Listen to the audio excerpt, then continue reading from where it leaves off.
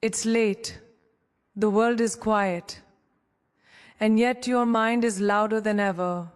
That restlessness you feel right now, it's not weakness, it's a signal.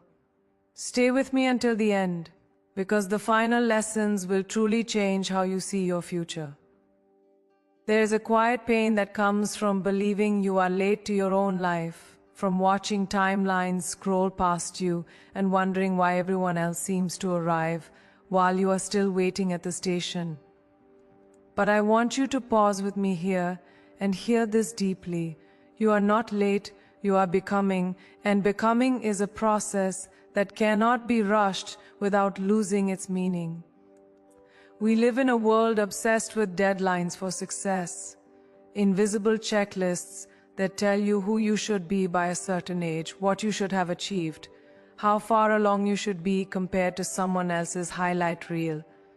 And without even realizing it, you begin to measure your worth by a clock that was never designed for your soul.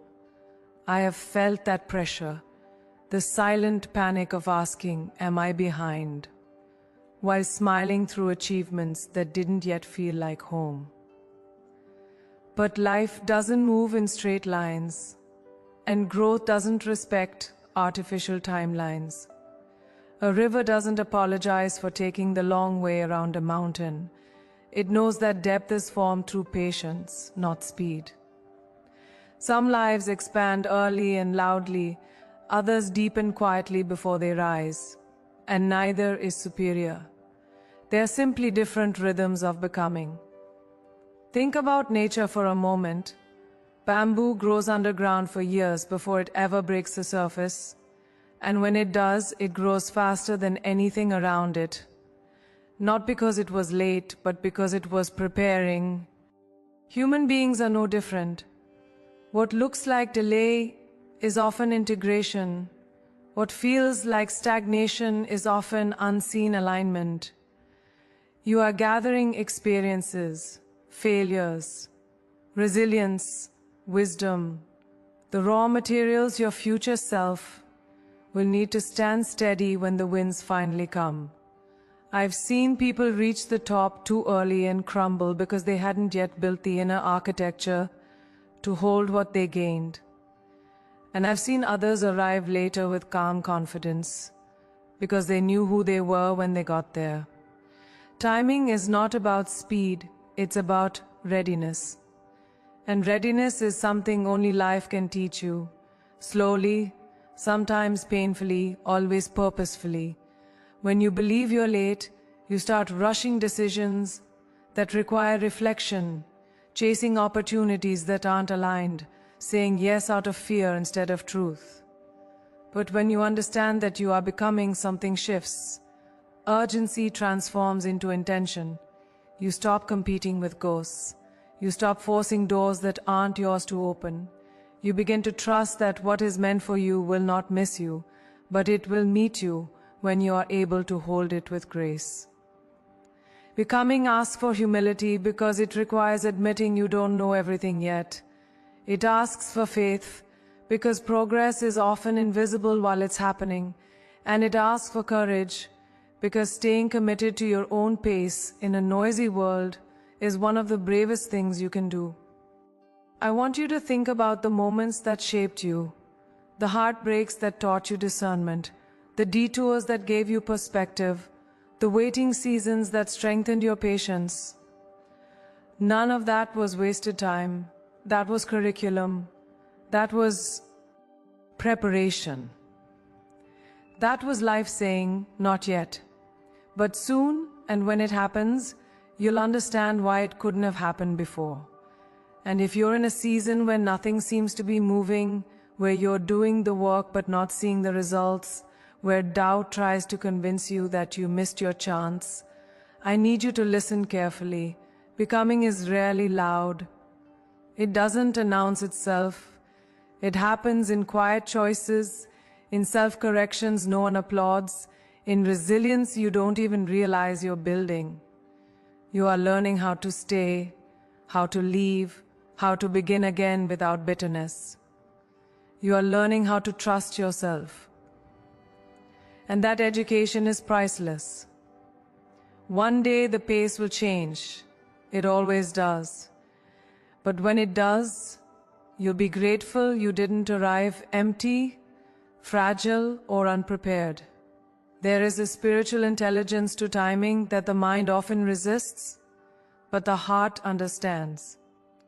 Faith is not believing everything will happen instantly.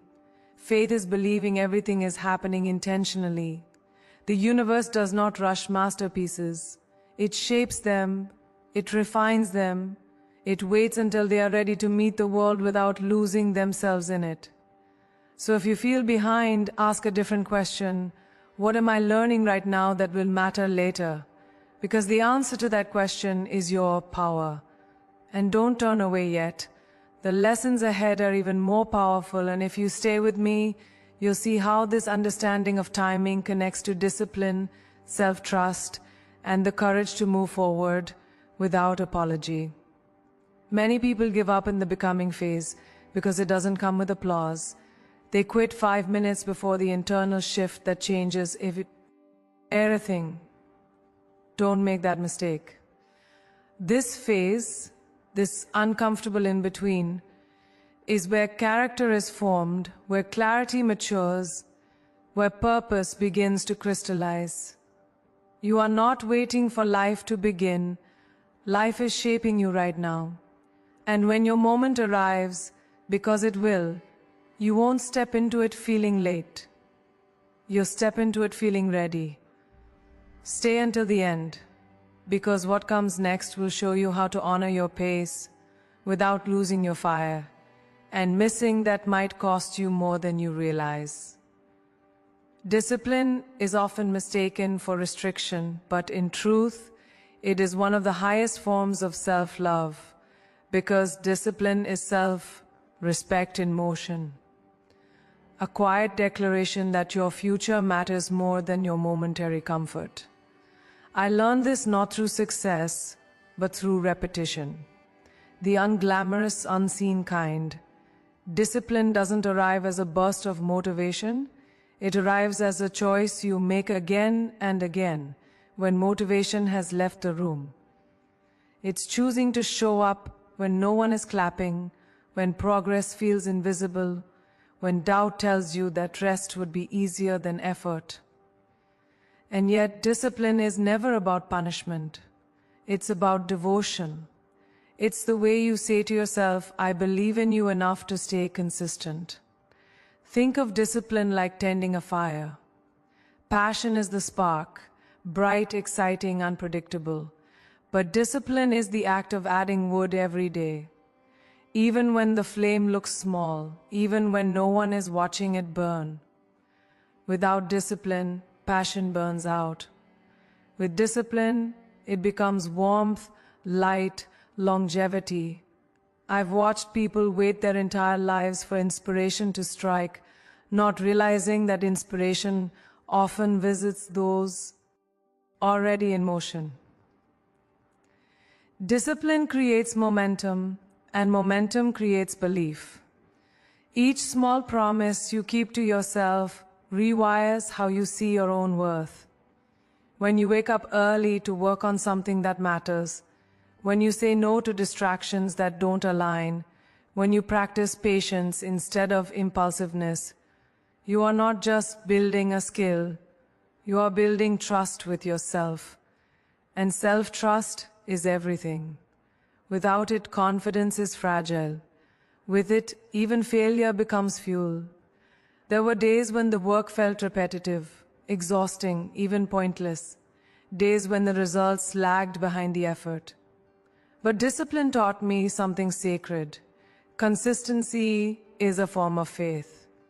You keep going not because you see immediate rewards, but because you trust that the seeds you are planting will eventually break through the surface. Farmers don't dig up seeds every morning to check if they're growing. They water, they wait, they believe. Discipline works the same way. It asks you to commit without guarantees, to act in alignment with the future you want, even when the present offers no proof. And this is where most people fall away, not because they lack talent, but because they lack the patience to endure the ordinary days. Discipline asks you to master boredom, to stay focused when novelty fades, to keep your promises when excuses feel convincing. It's waking up and doing the work even when your emotions are undecided. It's understanding that moods are temporary, but habits shape destiny. There is something deeply spiritual about discipline, because it anchors you when life feels chaotic. It becomes a ritual, a rhythm, a reminder that you are not at the mercy of circumstances. You may not control outcomes, but you always control effort. And effort, repeated over time, becomes identity. You don't become disciplined overnight, you become disciplined by acting disciplined. Every small act compounds. Every choice leaves a fingerprint on your character. And one day you look back and realize you didn't just build a career, a body of work, or a skill. You built resilience. You built integrity. You built a quiet confidence that doesn't need validation. Discipline also teaches you humility. It humbles the ego that wants shortcuts and overnight success. It reminds you that mastery is earned slowly, often painfully, always honestly. And in a world obsessed with speed, choosing discipline is a radical act. It's saying, I will not rush my growth. I will not cheapen my potential. It's understanding that the life you admire in others is rarely the result of a single breakthrough. It's the result of thousands of disciplined moments no one ever saw. If this truth is stirring something in you, stay with me, because the lessons ahead go even deeper. And what's coming next will show you how discipline connects to freedom, not limitation. Many people fear discipline because they think it will cage them. But the opposite is true. Discipline creates freedom. The freedom to choose your path instead of reacting to life. The freedom to say no without guilt. The freedom to trust yourself under pressure. When you are disciplined, you don't rely on willpower alone. You rely on systems, rituals, and values that carry you forward when emotions fluctuate. You stop negotiating with your potential. You stop waiting to feel ready. You move because movement is who you've ideed to be. And here's the part no one tells you. Discipline doesn't drain you. Indecision does. Scattered effort does. Living out of alignment does. Discipline simplifies your life by clarifying what matters. It filters distractions. It strengthens your inner voice. It teaches you how to delay gratification without losing joy. And if you're wondering whether you have what it takes, let me tell you something quietly but firmly. Discipline is not something you're born with. It's something you practice. Every day is a new invitation to begin again. You don't have to be perfect. You just have to be committed. Miss a day, return the next. Lose momentum, rebuild it. Discipline is forgiving, but it is firm. It doesn't shame you, it steadies you. And if you walk away now, you'll miss how this discipline evolves into something even more powerful in the next lessons. How it transforms fear into focus, effort into meaning, and routine into purpose. Don't leave before the full picture is revealed. Because when discipline becomes an expression of self-respect, your life stops feeling accidental and starts feeling intentional. And that shift changes everything. There comes a moment in life when you realize that seeking approval is one of the most exhausting ways to live. Because the world is crowded with opinions, and none of them truly know your heart the way you do. I learned this slowly, through missteps and moments of quiet honesty, when applause felt good for a second but left me empty for much longer. Approval is seductive. It promises safety, belonging, validation, but it comes with an invisible cost, the gradual erosion of your truth. Every time you silence your instinct as to be liked, every time you dilute your voice to be accepted, You move a little further away from yourself, and distance from yourself is where confusion is born. Alignment, on the other hand, is calm. It doesn't shout, it doesn't beg. It feels like standing straight inside your own skin, even when no one else is standing with you. Alignment is when your actions, values, and inner voice are in conversation, not conflict. I've watched people shape their lives around expectations that were never theirs, only to wake up years later feeling successful but hollow. And I've watched others walk uncertain paths with quiet conviction because they trusted the internal compass more than the external noise. The truth is, the world will always have an opinion. If you succeed, if you fail, if you stay, if you leave. So the real question becomes, whose voice are you living by? Approval changes with trends, moods, and convenience. Alignment endures. It stays with you when the crowd disappears. It steadies you when applause fades. And here's the uncomfortable part. Choosing alignment will sometimes make you lonely. It will cost you validation. It may even cost you relationships that were built on versions of you that were never authentic. But what it gives you in return is something far more valuable: peace. The kind of peace that allows you to sleep at night without rehearsing excuses for your own life. The kind of peace that comes from knowing that even if you are misunderstood, you are not misaligned. Think of a compass for a moment. It doesn't argue with the terrain. It doesn't panic during storms. It simply points north, again and again, quietly insisting on truth. Alignment cares the same way. It doesn't guarantee ease, but it guarantees integrity. And integrity becomes your anchor when life tries to pull you in every direction at once. I remember moments when saying yes would have been easier, more popular, more immediately rewarding, but something inside whispered no. And honoring that whisper felt terrifying at first. But over time, that whisper grew stronger, because every time you listen to it, you teach yourself that your inner voice is trustworthy.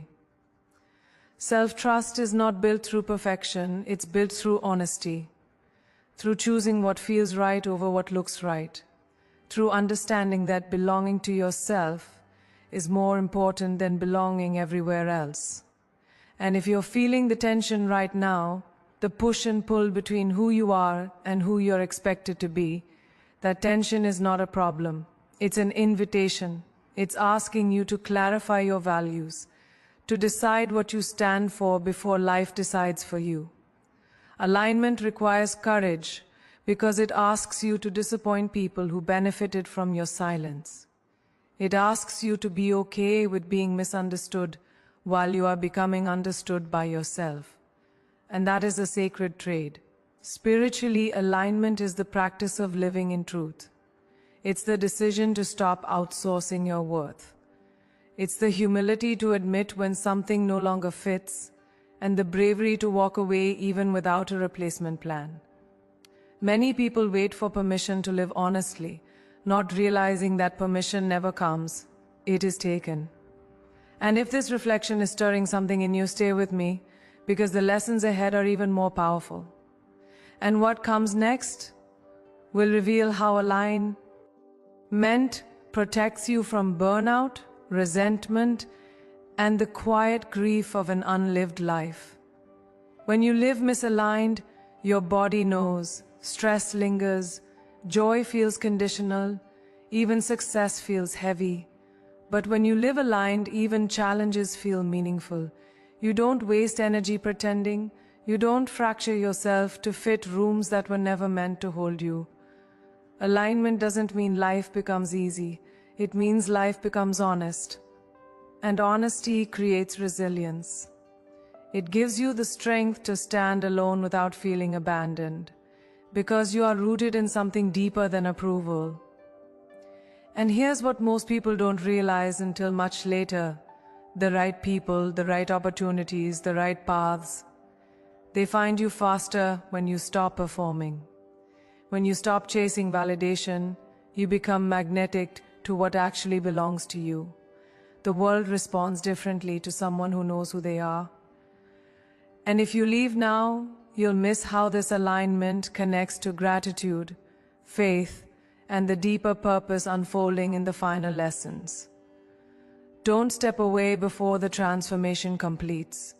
Because when you stop seeking approval and start seeking alignment, your life stops feeling like a negotiation and starts feeling like a declaration. And that shift, that quiet, powerful shift, changes everything that comes after. Ambition is a powerful force. It lifts you, drives you, stretches you beyond what you once thought possible. But without gratitude, ambition can quietly turn into a hunger that nothing ever satisfies. I learned this not at my lowest moments, but at my highest ones, standing in places I once prayed to reach, only to realize that achievement alone does not automatically create fulfillment. Gratitude is what grounds ambition, so it doesn't consume you. It is the practice that reminds you that you are not running from emptiness, but moving from wholeness. Without gratitude, ambition whispers, more, and still not enough. With gratitude, ambition becomes purposeful, steady, and sane. Think about it like this. Ambition is the wind in your sails. But gratitude is the anchor that keeps you from drifting too far from yourself. I've seen people climb endlessly, chasing the next milestone, the next validation, the next title, until they forget why they started climbing at all. And I've felt that pull too, the temptation to postpone joy until some future finish line. But life does not begin after achievement. Life is happening now, in the middle of effort, in the quiet pauses between goals. Gratitude teaches you how to arrive emotionally. Even while you are still striving physically, it teaches you to bow to the present moment without abandoning your dreams. Spiritually, gratitude is awareness. It is the ability to recognize the unseen support holding you up. The people who believed in you before the world did, the lessons hidden inside setbacks, the strength you didn't know you had until life demanded it. When ambition is unchecked, it narrows your vision. You stop seeing what's already working. You stop celebrating progress. You start measuring your worth by outcomes instead of growth. Gratitude widens your perspective. It says, look how far you've come. It says, you are allowed to be proud without being finished.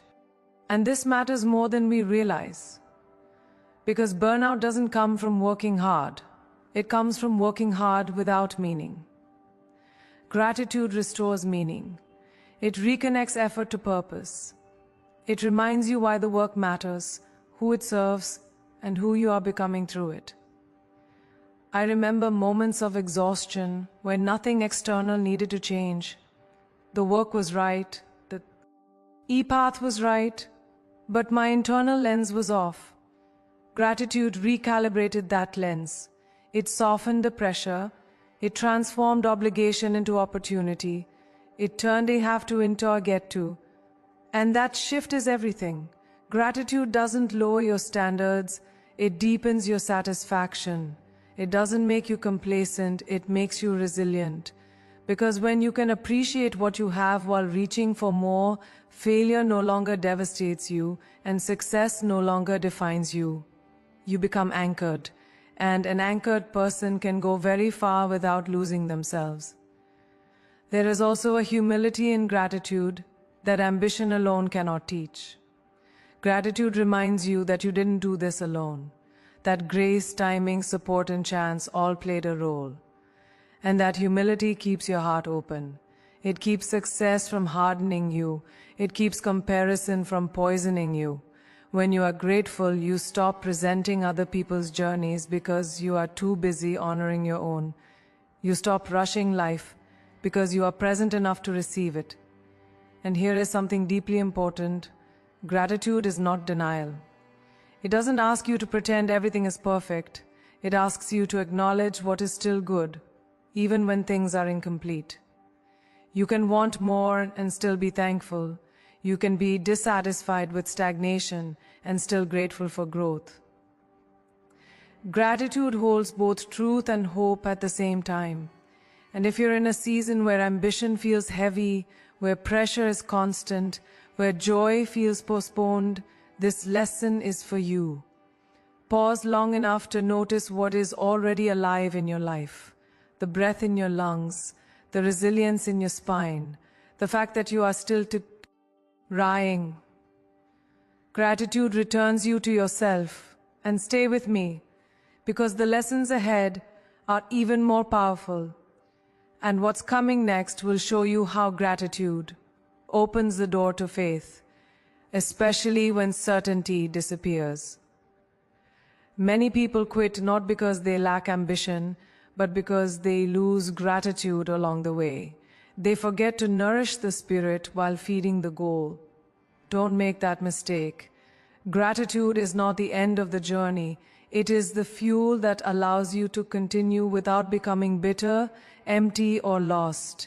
It keeps your ambition clean. It keeps your heart soft. And if you leave now, you'll miss how this grounding becomes essential when fear rises and the future feels unclear. Stay until the final points.